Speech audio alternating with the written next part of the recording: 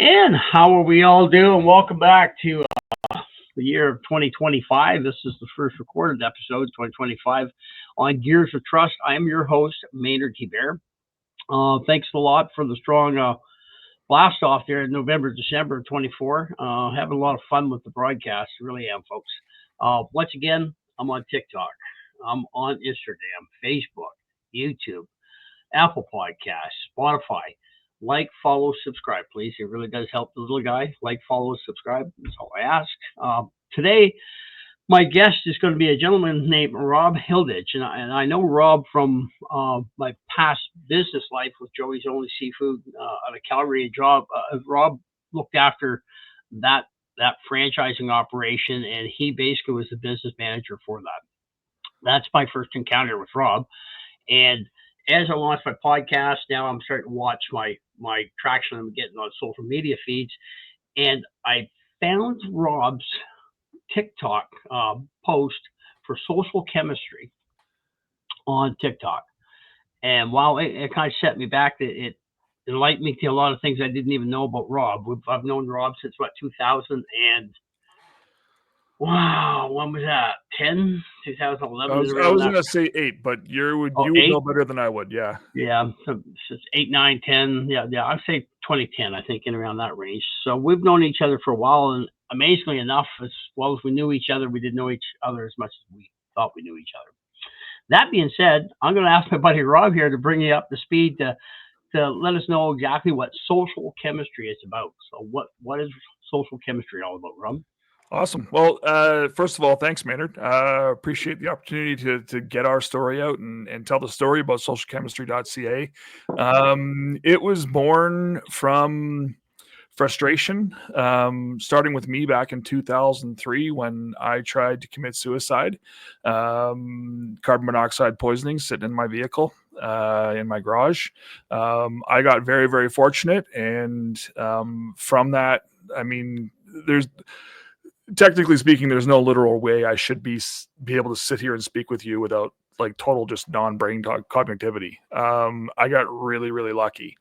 But after trying to commit suicide, I was in and out of the hospital in less than 12 hours, which is funny because you can't even get into emergency these days in 12 hours. But back then, that's all I got. I was struggling really hard and couldn't find any support. At the time, I had just started working at Joey's, was making next to no money, so I couldn't afford any proper psychiatry or therapy. I could barely pay my rent at the time, and that pissed me off. And I, again, got very lucky in that situation and was able to get into some therapy that originally I thought was taken care of by the province. Yeah. It turned out that I had an angel in my life, and it turned out really well for me. So after a couple of years of going to therapy, I moved on, and I started to get better, and I found my own little processes and everything else that would help me with my depression. But it was still a fight. All the way through, still a fight. And then, so social chemistry had always been the name that I wanted to use, but it was always an idea. And then in October, I attend regularly this conference called The Gathering. And I just had an epiphany during the first session, literally the first session I went to on the Wednesday morning. And it was from another group called Day One Dads that's out of Airdrie, Alberta, that does a tremendous job in supporting men's health and now women's health as well. It's called Hey Dad, Hey Mom. And shout out to those guys because they do a tremendous job and they're growing it just immensely. So what is the purpose of their group, like the Day One Dads? Their group is doing the same thing. They're just trying to create awareness and get people to tell their stories. So the whole focus is awareness of mental health, of mental health, getting it in front of as many people as we can, just getting people to start talking positively about this. So their piece that I had learned, they had what they call the care card, and I thought it was just an ingenious idea. And I was in a session with Woods Homes, which they partnered with, and they gave us all these care cards, and it was a QR code, just like I have on mine now. And so I'm not going to say I stole a lot of ideas from them, but I really loved what they were doing. But what I wanted to do and make it different was literally just talk about the suicide stories, tell their stories, have a place to actually tell people's stories so they can release it. So it was born out of the fact that, when we talk about it and when I talk about it with people, I like to think that I'm pretty highly emotionally intelligent. And so when I'm talking to people, I get an energy off of them, and I can figure out pretty quickly whether I can tell my story and whether it's a safe place to do it or not. But not a lot of people have that intuitiveness. And so during this gathering, I just decided to do it. So that night I went back, I got on my laptop, started building the website right away. Coming up with resources like Day One Dad does, but wanted to expand the resources, but also keep it pretty simple so that people who come to the site can find, emergency services, such as the 911 or, the suicide helplines and everything else that are out there. And I didn't want to make it just about dads and just about women. I wanted to make it for everybody. Anybody can come to our site. It's not just about men's mental health. We hear that narrative now, but I mean, let's talk about it wholly, that it affects all of society now, and especially after COVID. So it was, let's get into this. So we started it. And the ideology is that, you come to the site, you're able to release your story, even just getting it out on paper and telling people. You can do it anonymously, or you can give a name if you like. And then you get a chance to reflect on what you've said. And then on the site, you can find different resources to help pick you up so that you can kind of reconcile or reignite, your path and find your path to getting a little bit better. It's not going to be for everybody. There's people who are, heavily clinically depressed that, these resources aren't going to help. There's other places, but you can find those resources on our site. So it's just trying to help as many people as we possibly can. The tagline we use is that we're trying to build a community that's going to support each other one story at a time. Wow. That's a pretty big mission, though, really. That's a pretty big mission. So through the process of building your own group, you've encountered these other 2 groups or 3 groups within Alberta right now? Well, this is fun. This is the funny part, is that once I started, I've suffered from depression probably since I was about 14 or 15 years old. And, I'm in that algorithm. And I'm never really seeing this information out to me in Instagram or Facebook or TikTok. I've never been really seeing that. When I saw what these guys were doing, I got a chance to meet them at the gala. And I explained what I wanted to do. And, I'm like, it's very similar to what they're doing. And they encouraged me. They're like, no, do it. As many people we get out there talking about it is great. The funny thing is now that I'm doing it, I'm heavily into the algorithm, and I'm seeing a lot of great resources that are out there, to the point where I was almost like, should I still do this? Like, does this make sense? Am I wasting my time when there is a lot of great resources out there? And then it came back to what these 2 guys from Day One Dads told me, was that, hey, the more we get out there, the better it is. And what I'm finding is that the positivity that's surrounded my life now through that algorithm is tremendous. And it's changed. Just starting social chemistry alone is changing how I deal with stuff. Now, I'm not perfect. And I was recently called out for not being perfect. And how dare I do something like I'm doing when you can't control your own life? And my response to that was, you're not wrong. You're not wrong. And it was somebody who I love dearly. And so I got to get a little verklempt when I talk about it, but they're not wrong. The difference in the way I look at it is that it helps me keep going. So it's a piece that helps my own mental health, and it gives me the ability to help maybe some other people's as well. So I'm like, fuck it, we're doing this. Yeah. I don't care how many there is, and I don't care what's out there. My goal, and it's you call it your big hairy audacious goal. My big hairy audacious goal is to help 500,000 people in 500 days. Wow. I don't know what's going to happen. That's my goal. That's pretty massive. Yeah. 500,000 people in 500 days. Wow. Well, and what I mean by that is that I'm hoping that within 500 days, I get 500 people to the site. And the more people we get to it, the more people are talking about it. And just, again, telling the story, whether people tell it or not, that's the basis of it.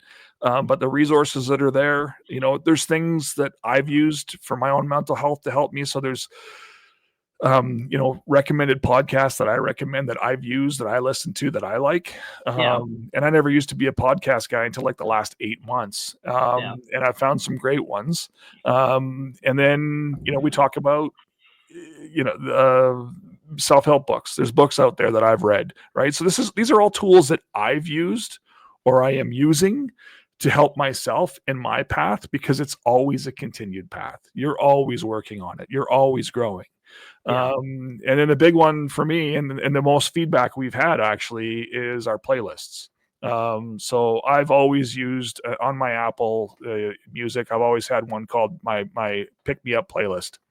And that's whenever I'm in a zone and I need to get out of my headspace, I put on that playlist, and like almost immediately I am changing my attitude. My anxiety's gone. I start thinking about more positive things.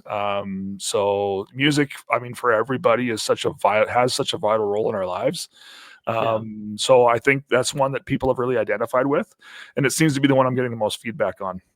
They particularly like my 80s and my Nickelback, apparently. Nickelback. They don't suck. They don't suck. Trust me.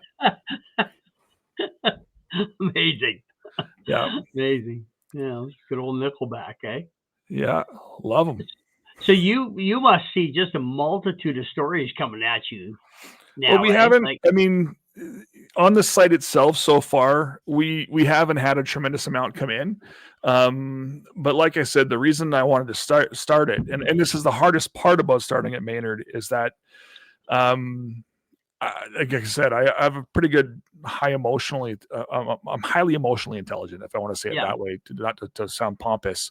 But I just have that, I don't know, that energy that I put out, that I'm able to get people to give me the same energy back. Yeah. And so, I had that. The stories we're getting are, great. And it's awesome. And I wish we were getting more engagement out of them between other people, but it does take time. But the stories I get from just talking to people, and again, where this inspiration comes from on doing it in the first place, is that talking to people, I have no problem telling my story. For years, I hid it. I can tell you right now, if anybody from our old workplace that we worked with together sees this, there's probably, out of 30 people in that office, 5 that know I tried to kill myself while I was working there. Wow. Because I hid it. And then as I was it the wise thing to do, to hide it? Honestly, I felt working there at the time that it was the wise thing to do. And then, as years went on and I started talking more about it, and quite honestly, there's probably more that know about it now. And more so now, because I started the website and most of them are on my Facebook. But I think at the time, when you start telling people about your story, they feel safe because you've told them. Yeah. And then they feel that they can tell you theirs. And since I've started talking about this endeavor, or I'm calling a movement, is that people have really opened up, and I've heard some pretty tremendous stories. And the first night of the gathering, the night that I started doing this, we were at like the first inaugural party that they have, and I was introduced to a gentleman, and the guy says, "Hey, like, is this your first time here?" I'm like, "Nah, it's 5 or 6 or whatever it is." And he's like, "What was your biggest takeaway today?" And I pulled out the card and I showed it to him. And credit to Day One Dads, again, on their care card. And I just read a post for them today that I think they've given out more than 30,000 in the last 8 months. So wow. my other big, hairy, audacious goal is to, beat them. So, and, I don't even know if they know I exist yet, but I'm sure they'll have the same feelings about me. And that's a great positive attitude to have in competition, because there's nothing better than to be able to get this out to people. But this gentleman I met, I told him the story. And I go, "This is the coolest thing that's happened." He goes, "Well, why did it impact you so much?" And I told him my story. And then he told me his. And that story, I can see it. I can picture his face right now. It's not a story for me to tell. And I'm hoping one day he puts it on the site. But that truly was. I was like, awesome to meet you. I gotta fucking go. Yeah. Like I got shit to do now. And then throughout the entire day, part of it, it's their theme this year was vulnerability. And I sound like a commercial for Day One Dads in the Gathering conference, but the founder of the Gathering, along with his partner Chris Nealand and Ryan Gill, Ryan started off the whole thing with vulnerability, and I think that was an awakening for me to a certain degree, because everybody was feeling vulnerable and was able to talk vulnerable and about their vulnerability, I should say, and we just had some great stories from people. And then I was just bragging. I'm like, hey, I want to do this. I'm going to do this. I'm going to do this. And then people would tell me the stories. And I heard so many over those 3 days. And then, the Vendo Media story. I happened to meet one of the owners of Vendo Media at the Gathering, who was introduced through another friend. And we started chatting, and I was like, hey, for my company, Harding's Painting, I want to do some billboards. So let's talk. And he sent out a salesperson, and it was just before Remembrance Day. And the lady I dealt with, she's in my office, and we're chatting, and she goes, hey, by the way, what are you doing this weekend for the long weekend? And I said, I'm chasing my nephew plays in the BCHL, and so he was here playing a couple teams that weekend, so I was following him around Central Alberta. And then she says, well, what are you doing for Remembrance Day? And I go, well, I'm going to work on my passion project. And she asked me about her passion project, and I told her, why'd you want to start it? I told her my story. And she just gave me a hug. Right. And she had a story. Again, not my story to tell, but I just, I love talking to people, as you know. All I do is talk. You can tell from this podcast so far. And so the more I can tell it, and the more stories we get back, the ones we're hearing are incredible. Right. And the awesome part is that we're getting to hear these stories because these people survived. And that's the beauty in I guess, bringing awareness to mental health for everybody is the good part about it. The more people we can get talking about it, then the better it is for everybody. Yeah, there's a lot of medicinal effect in talking about that, right? And getting it out in the open. That's an important part of the process. Yeah, that's why we chose the word release, because you literally are releasing it. There's a lot of people, like that guy I met the first day at the conference. He'd never told anybody a story. Yeah. Right. Ever. And all of a sudden I'm the strange dude in a bar that he met, and all of a sudden he's telling me a story. So that to me was, my biggest concern on growing this is how do I accentuate that on a website where people can trust to do it. It'll take some time, but I know we'll get there. So do you make one-on-one contact with everybody that visits your website, or what exactly? Well, I think it's just an anonymous process, or it's an anonymous process. Again, you can choose. So when you go to our site, when you want to tell your story, you can fill out a form. You can put your city in. You can put a username in. It doesn't have to be a real name, but you don't have to do it at all. You can just tell your story. The only place that I engage is that before the story is posted, I review it just to make sure that this person, and this is the hard part, just to make sure this person isn't very unwell, or that there isn't anything in there that is something we wouldn't want to post for the public to read. And then I go ahead and post it. And then I generally will comment on it right away, and I thank them for their story and whatever it may be. So I don't directly deal with them. They'd have to come back to the site and see what we're commenting on. And because it's anonymous and we're not getting their email address, there's no way to notify them to let them know that it's been posted. So we use Instagram and Facebook and TikTok so that people can see the stories, which is where you found me on TikTok. So they're out there so that people can read them and give words of encouragement. And we just have to hope that the people who wrote the stories are following up and checking and seeing when their story is posted. So that was a piece for me. Sorry? So you do take their stories and rewrite them and put them out there? No, I don't rewrite them. I don't. All I do is read it, make sure that they're not talking about killing themselves now or something like that, or something horrific. So it's. I'm not a psychiatrist. I'm not a professional. I'm Yeah. just a guy on a website trying to help people. So I have to be very cognitive of not getting in the middle of what they're doing. But their words are their words. I don't touch them. All I do is copy and paste, drop it into a blog post for it to pop up on our site into our stories from the form that they've sent in. That's all I do. And I just want to make sure, again, they're okay. Now, end of day, if somebody was, I won't get into that, but you got to be careful, right? I can't be giving people advice. I'm not a psychiatrist. Yeah. All I do is encourage them and thank them. See, on your personal journey, Rob, touching base on psychological health and stuff like that, the medical system, and that any experience I've ever seen with medical system, and I'm 65, been in the workforce for half a decade here now, or half a century. Like I've had stepdaughters had mental issues from spousal abuse. The medical system in New Brunswick was garbage. My brother-in-law, he killed himself. Medical system in New Brunswick was garbage. I haven't had any episodes of the medical system here in Alberta in regards to mental health. I can tell you it's fucking garbage. Yeah. So it's consistently garbage from coast to coast, then, eh? This is funny. Like I get so mad when people talk about it. I was just recently, a month, 5-6 weeks ago, whatever it was. My stepfather was in a car accident, and I had to spend the time with him at the hospital where waiting for him to get checked out because the airbag crushed his chest so bad.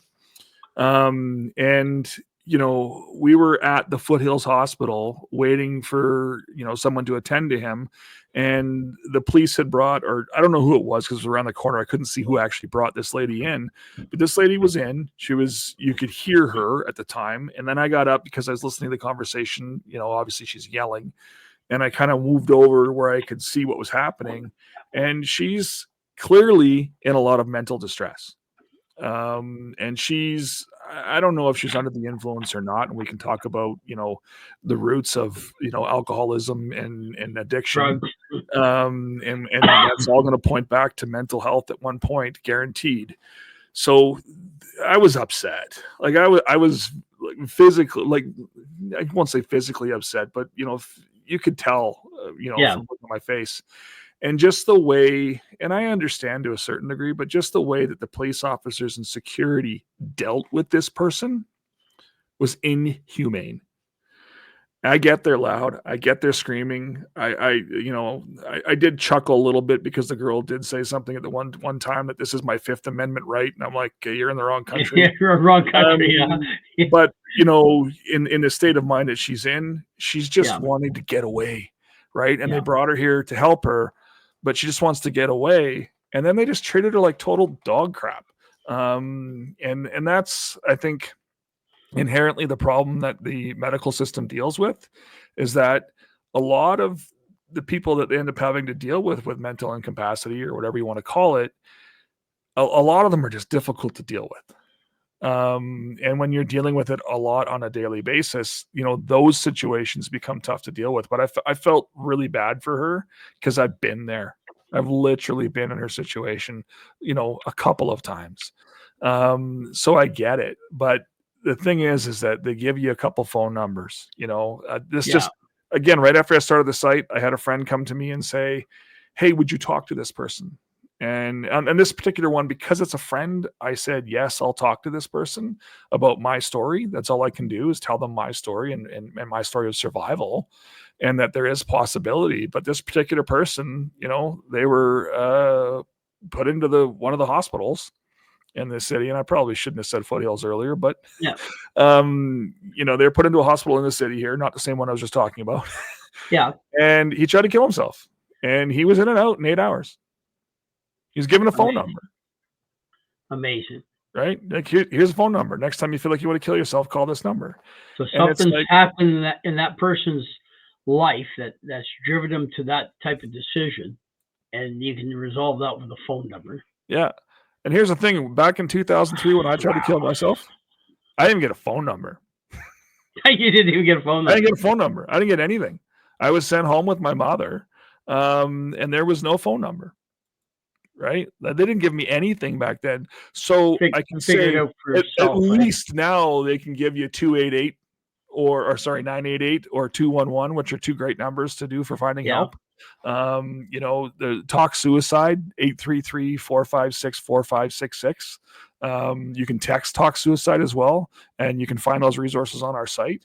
So that there is a lot of great things that have happened in the last 15, 20 years that are out there to help people. What I want to do is just find a place where they can find a lot of that, and be able to find that help, and, better help, things like that. Woods Homes here in Calgary does a great job with some free therapy that they do. So there is lots of places. Bridge the Gap. I've got one thing on the site where it's called the Canadian Benefits Finder, and you can find the benefits available to you to get help. So there is a lot more than there used to be, Maynard, but it's all third-party shit.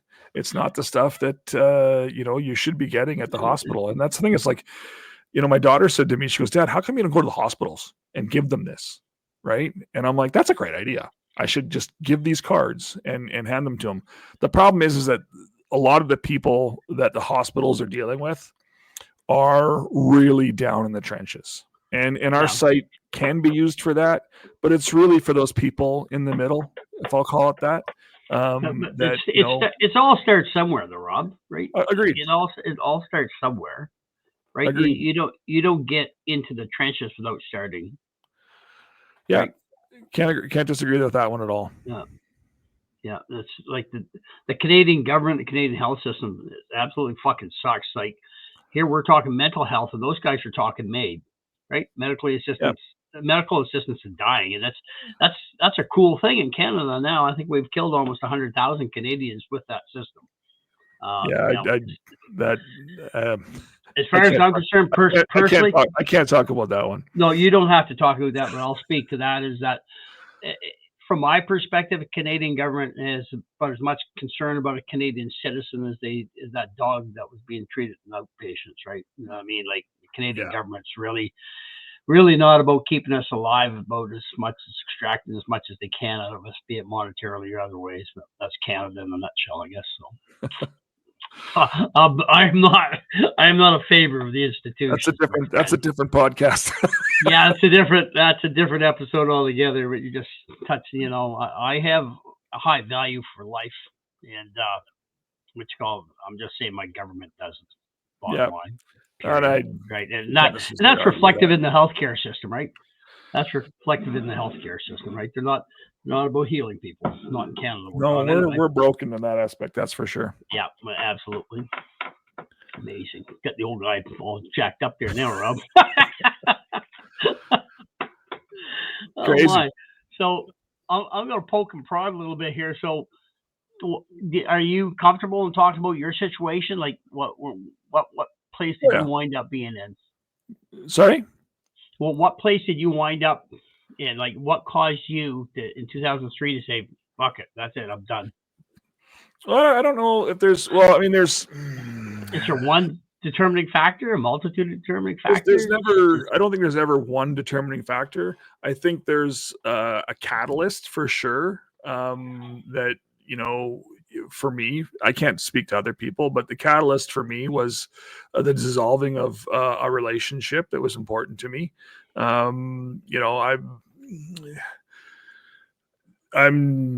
was divorced already with a young child. She was 3 at the time. And my new relationship, we had a 1-year-old daughter at the time, and that relationship was dissolving. And I was already having a hard time navigating being a divorced dad with the first child, and with the second child, that was, killing me.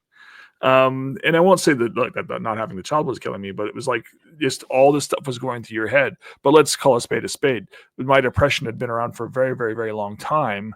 This was just a catalyst to the overwhelming feeling that I was getting, that I was constantly sad. I was just constantly in bed. I didn't give a shit about anything or anyone at the time, obviously. This again was brought up to me a while ago that, because I chose to try and kill myself, it was me leaving behind my loved ones. And what I tried to explain to this particular person when they they brought it up to me was, you don't have a choice at that time. That there is no choice. It's funny if you'll remember your regional manager. I won't say his name. Yeah. But he has a mustache similar to yours. Yeah. And I used to argue with that guy tooth and nail about the fact that he thought people who committed suicide were chicken shits. And I'm like, dude, you don't get it. And so I think that was what I was trying to explain to this person, was that you can't understand what someone's like in that situation when they're that low and that down. I had a catalyst the night that it happened, but it's important to understand that wasn't the reason I tried to kill myself. Right? That was what people will call the final straw or whatever it was. But Yeah. the difference is that I'd been considering killing myself for probably 4 or 5 months, like heavily thought about you research. had thought it What's over the that best way much. to do it? How do I do it without destroying my family when they find me? Things like that. Like, I want to be able to look normal when they find me. Like, I researched all this shit. And back then in the early days of the internet, it wasn't easy to find, but it was still there. And so I researched it. And so the day that I chose to do it, it wasn't because of what happened that day, right? That was just the final straw, Other the final factors catalyst. moving up into it. Yeah. Right? So I got very lucky. I got home. I wasn't even home. I got home and I was in my house for quite a while, ruminating about what was going on in my life and everything else, and how my life sucked. And, I'm making $32,000 a year. And I'm like, what the fuck's going on with my life? There's so many things that were a part of it. Life wasn't what I expected it to be, blah, blah, blah. And again, that wasn't really what I felt about my life. The woman I was with at the time, I loved her more than anything. I left my first wife for her. We had another child. I love that child. I love all my daughters. I've got 3 now. And my youngest, I consider a blessing, because if I killed myself, she wouldn't be around. I consider all my children blessings. But you know what I mean, right? It's like, yeah. So there's so many things that are going through your mind when it happens. And I was just distraught. And I thought to myself, the only way I can fix this is by going. So I got up out of my room and I went out to the garage, detached garage. And it's one of those garages that was built in 1960 with newspaper. So it was heavily fortified and insulated. And I got my Volvo 740 and I turned it on and I sat there. And I can't tell you how long I was there for. I remember my phone ringing when I was in it and not answering it. My old Audio Vox mobile phone. And I remember that, and that's it. So I have no idea, to be honest with you, what time I got in the car, or how long I was in there or anything. And clearly it wasn't as insulated as I thought, because I think I was in there for quite some time. But it happened to be that the woman I was involved with at the time had called my father, my mother and my stepfather, and they rushed over to the house because she thought something was up. And they rushed over to the house. They couldn't find me in the house. And then he saw the lights for my car through the garage window, and door was locked. So he kicked it in, opened the garage door. The car was in neutral, so he was able just to release the brake and push the car out into the alley. And then he pulled me from the vehicle.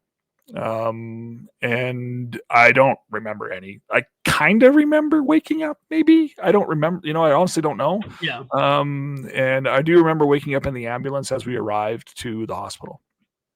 And again, I was there for a very short period of time. I'd done other stupid things during my path. Sorry? 8 hours later, you're out the door with a phone number. Pretty much. Yeah. Pretty much. It was probably closer to 12 hours, not even, but wow. I was in and out. And again, nothing.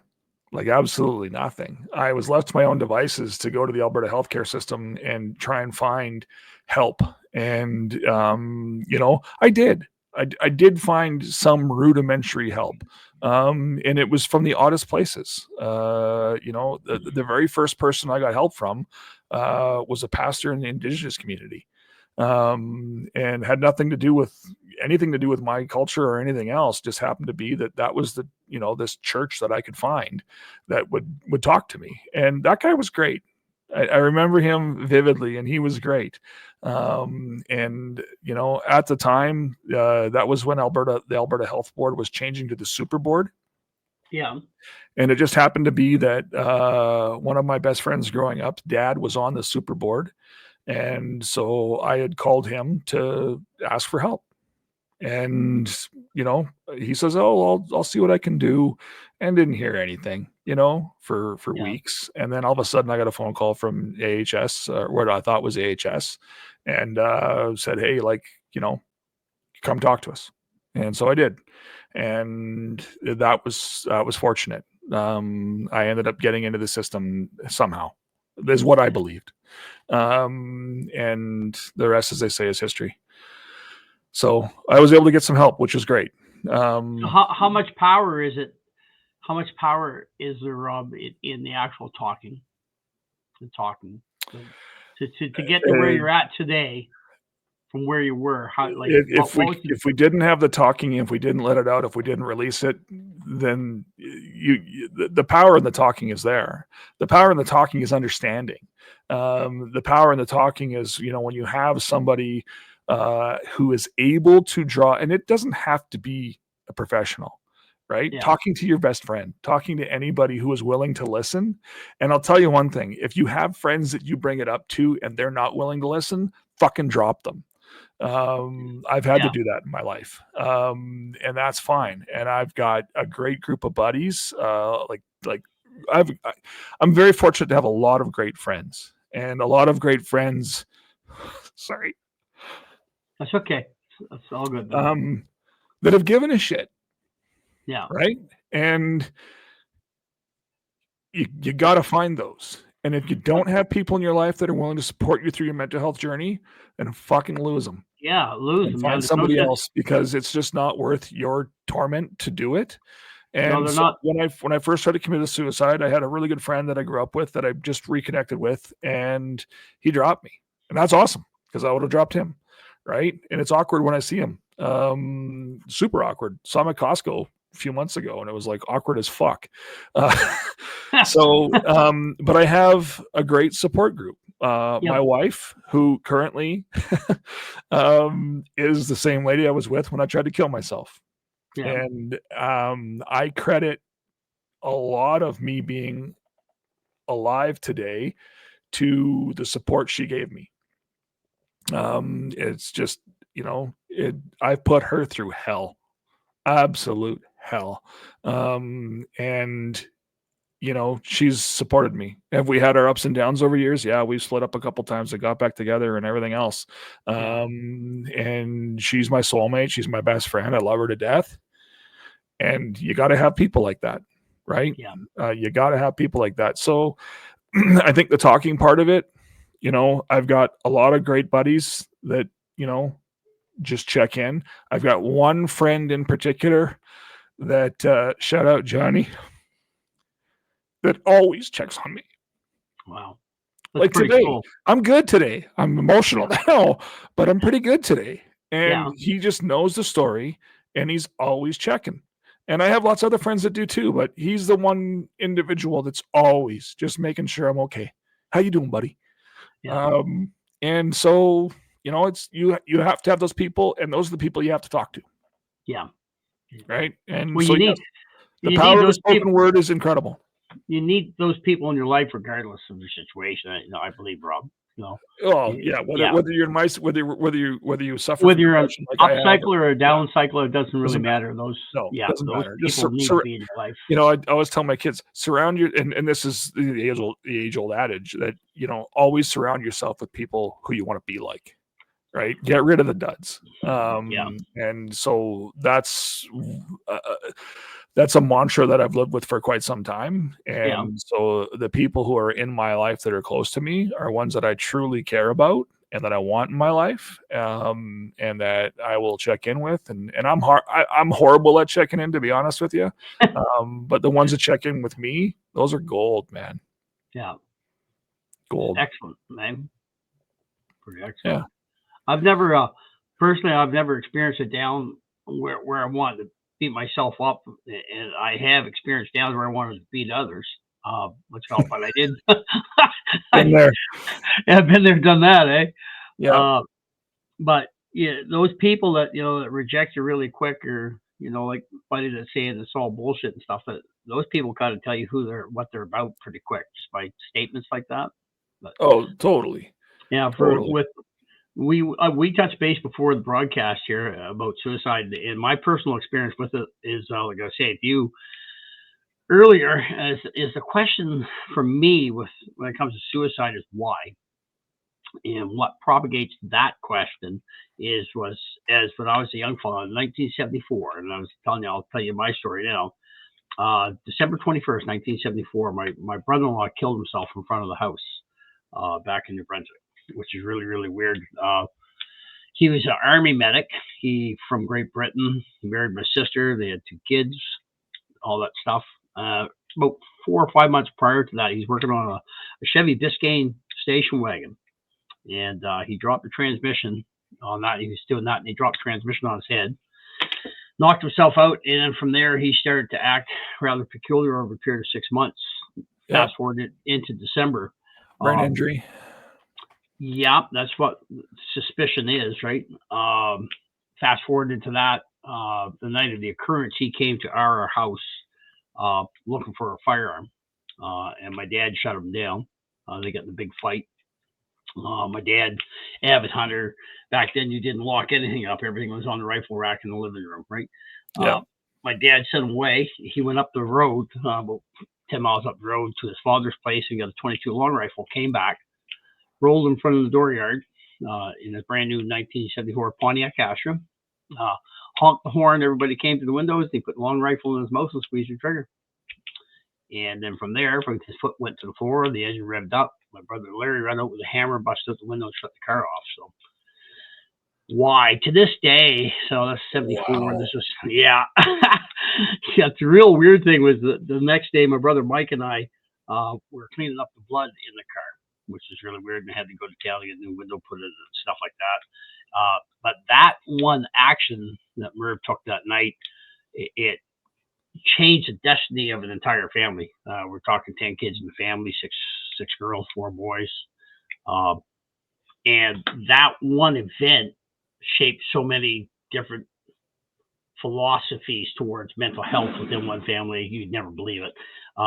My brother Mike helped me through it and helped me realize that people were like animals. They were avid hunters in my family, from trapping rabbits as a kid and hunting deer and all that stuff. So he helped me deal with it in that context. But to this day, it's always kind of been at the back of my mind is why?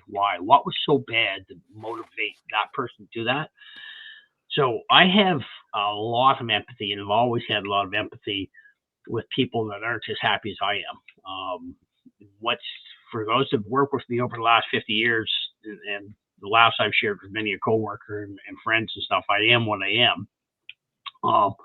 That day there, one thing that was taught to me that I carry to this day is learn to accept as quickly as possible without reason. So there's so many things through my life of 65 years that I have seen that I've got no reason for why things have happened the way they happen. They just happen. And the sooner I found myself personally that I could accept that stuff, then I could move through it and have some level of self-preservation through it. That makes sense. But yeah, wow. Wow. I can't even imagine having 14. Yeah, I couldn't even imagine having to, like, have you got help for that? I've never, Rob, I've never spoke to this until today with you. Like, even with Debbie, I've never spoken in detail about that night. It's something I carry about, I think about, and when I see others in anguish of any type, the empathetic side comes out because I know the severity of that anguish can create. And there's a very big ripple effect to the actions of one. So, like, take it back when into Horizon. When I worked at Horizon, we lost a team lead, got run over by a haul truck. And myself and another team lead from Shovels, we went down to Crow's Nest Pass for the funeral. And this guy was so well known within the Crow's Nest Pass that the funeral home couldn't handle a service for him. It was held in a high school gym, and there was over 1,100 people in the high school gym for this gentleman's service. And he was killed in an industrial accident, run over by a haul truck. And the emotional effect throughout that town is phenomenal, right? So I've got a lot of empathy with people in anguish, and I do what I can do to alleviate. But to this day, the why is always there for me, right? And that's why I had to ask you that question, Rob. Rob, what transpired in your world that propagated that type of decision, right? And to this day, whenever I see somebody on a high emotional plane, be it extremely high or extremely happy, I know something's going on there. I'm in tune to that stuff. Same thing. You get the same thing as me. There's that emotional intelligence that allows you to pick up on people's energy and their vibe. Yeah, that's what I saw. When I saw your TikTok, I said I got to reach out to Rob. But even when I saw your TikTok initially, your video, you had your hat on and your beard. I didn't remember you because it's been like 8-9 years since we've dealt together.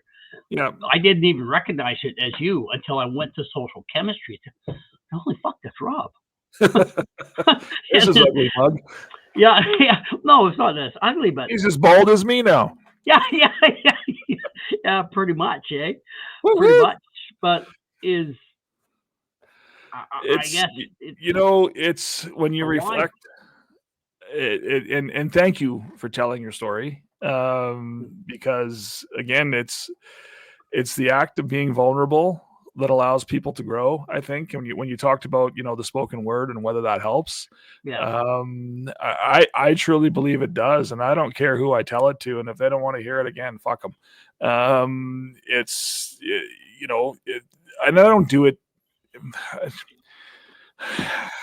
I don't know why I do it, to be honest with you. I just feel like sometimes it's the need to share. And my wife always says, stop oversharing. Most of the time she's right, Maynard. Most of the time she's right. But if you don't vet that shit, it's like a pressure cooker though, right? Well, it is. And it's the funny thing is that, in my life and in my path, I've had a lot of friends go down and have demons. The people I was talking about earlier, the friend that had the dad that was, getting involved in the super board and shit like that. He ended up losing his youngest son, or second youngest son, I should say. And I remember they lost him to demons as far as drugs is concerned. And I remember calling my friend, and this is a friend that I lost touch with, to be honest with you. And I called him and I was like, I was in tears because I felt so, there wasn't I'm a total empath. There's no doubt about it. And I was so upset for him that it was hard. And then I had some friends that lost their son, and the son was a friend of mine, a tremendous young man, and in a car accident from a drunk driver a couple of years ago. And him and his girlfriend were killed instantly because of a jackass driving 197 kilometers an hour on Highway 21. And he launched him into an oncoming truck. And it happened on fucking Father's Day. And I still think about how hard it was, my friend Craig, to actually send us the text. And thank God his brother was there visiting. And it was up at our lake community. And he shared it with us. And I cried for days. Right. And it wasn't, and I know a lot of people did, but it's that just that empath quality, that emotional intelligence, if you want to call it that. Yeah. It's understanding what people are going through.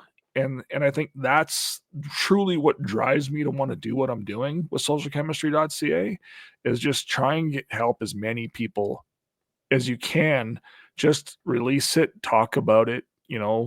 We have conversations about it all the time, but it's understanding and feeling that energy and understanding. I think a lot of us work on the same energy, and a lot of us are able to pick it up.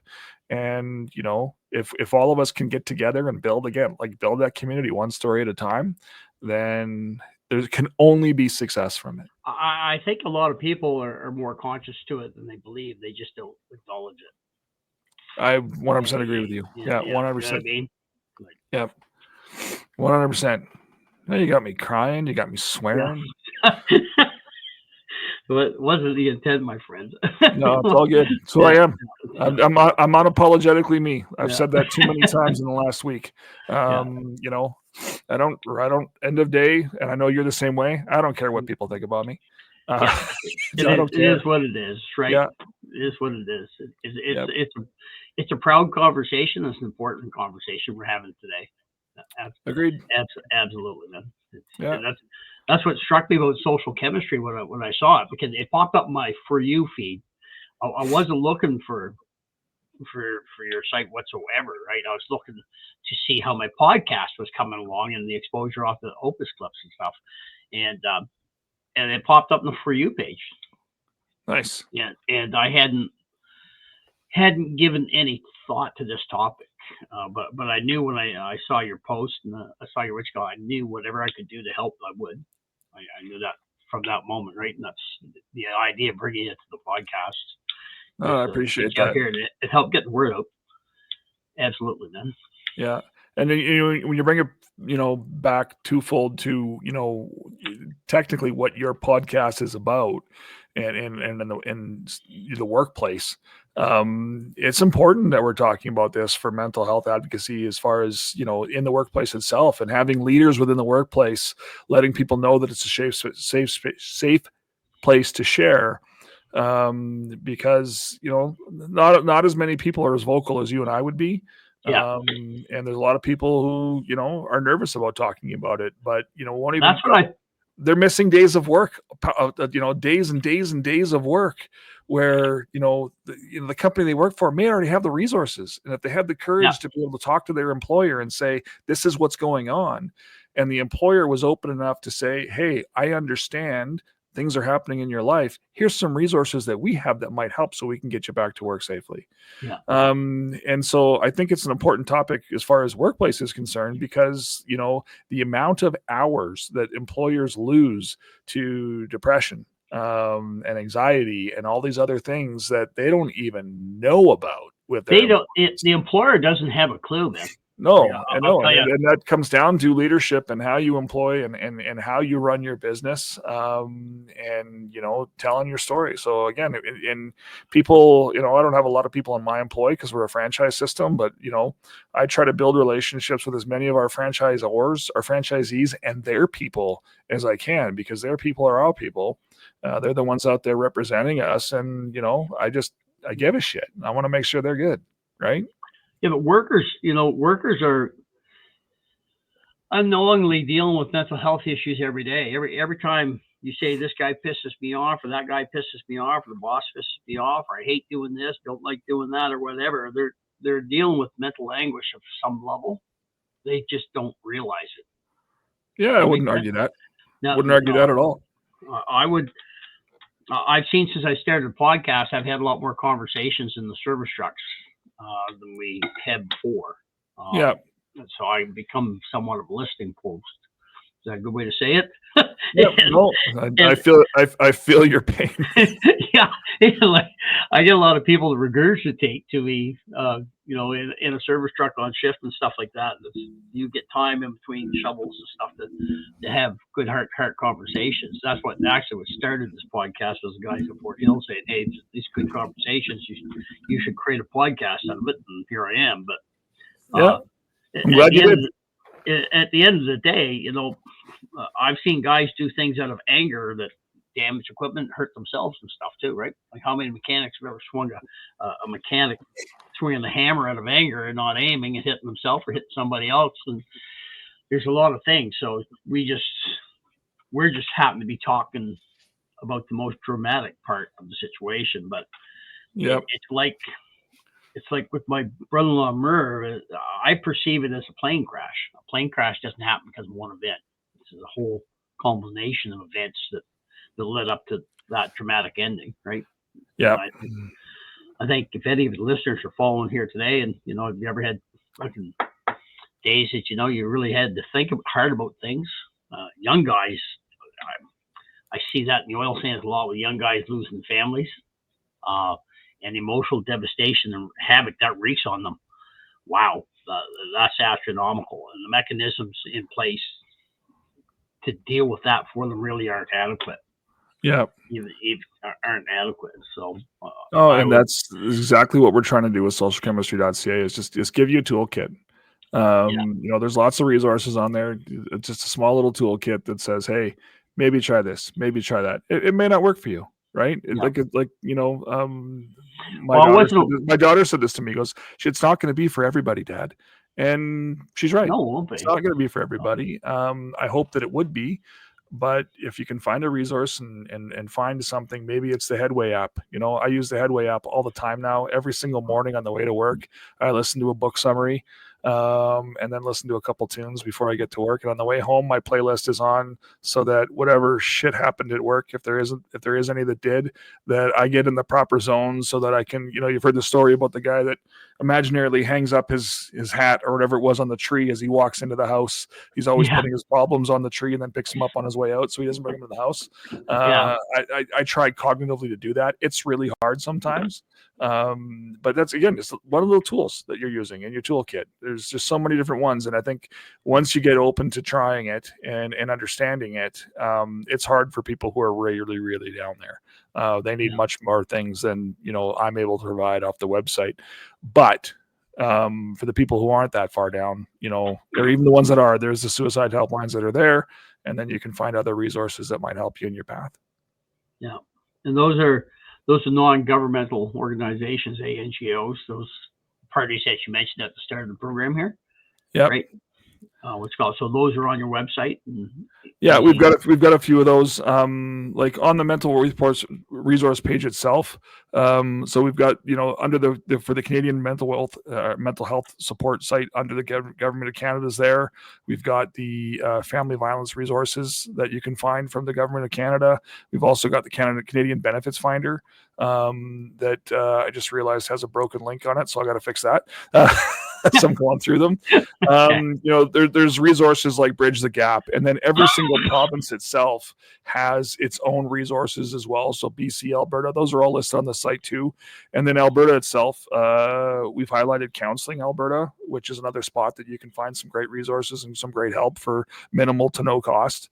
There's Help Clinic Canada, Kids Help Phone. Again, because we're Calgary based, we got Woods Homes on there, and that's what we would call the non-urgent mental health resources. And then, find a book, find a self-help book, find a helpful app, find a podcast, whatever it may be that can help you lift you up. And then we've got the urgent care numbers there as well, like 988 for mental health, suicide and prevention, 211, which is 211.ca, which is another spot you can find help. And then we've got the talk suicide numbers there for both text and for calling. Wow, that's good. So I'll put links to your website on the podcast as well too. Appreciate that, sir. Yeah, more than just very little bit of effort to do that, my friend. Yeah. As we used to say, as my brother played for the Penticton Knights back in the day from the BCJHL. I still have stickers on my skates that say a little extra effort makes the difference. Yeah, absolutely does today. Yeah. A little bit makes a lot of difference, man. Awesome. Wow. That's quite an episode, eh? Well, man, I appreciate it. Anything we can do to get the word out and get as much help to people as we can, I am all for it. Yeah, absolutely. So anybody watching this episode that knows me, you want to reach out to Rob and his organization. The links are on on the podcast, on my YouTube channel. We'll be on my Facebook as well too. And then just reach out to me as always, guys. Reach out to me. A little plug for podcast Gears of Trust. Like, subscribe, please. It helps little guys out. And once again, Rob, man, I can't thank you ever so much. I can't thank you enough. I appreciate it. Just amazing story. And it's a big topic that needs to be brought to the forefront. Absolutely. Oh, thank you. I appreciate you helping us do that. Yeah, my pleasure. That's didn't take any effort. Just have a good old fashioned conversation, man. And Yeah. it wasn't not scripted. It's just right out of the heart, folks. So True story. wow. True story. Okay. Thank you very Awesome. much. We'll say hi to Deb for me. Yeah, most certainly will, Rob. Don't All right, go away, man. too. You take I'll care. close this off, but don't go away, please. Okay. Sounds good. Okay, thanks for watching, everyone. Bye-bye.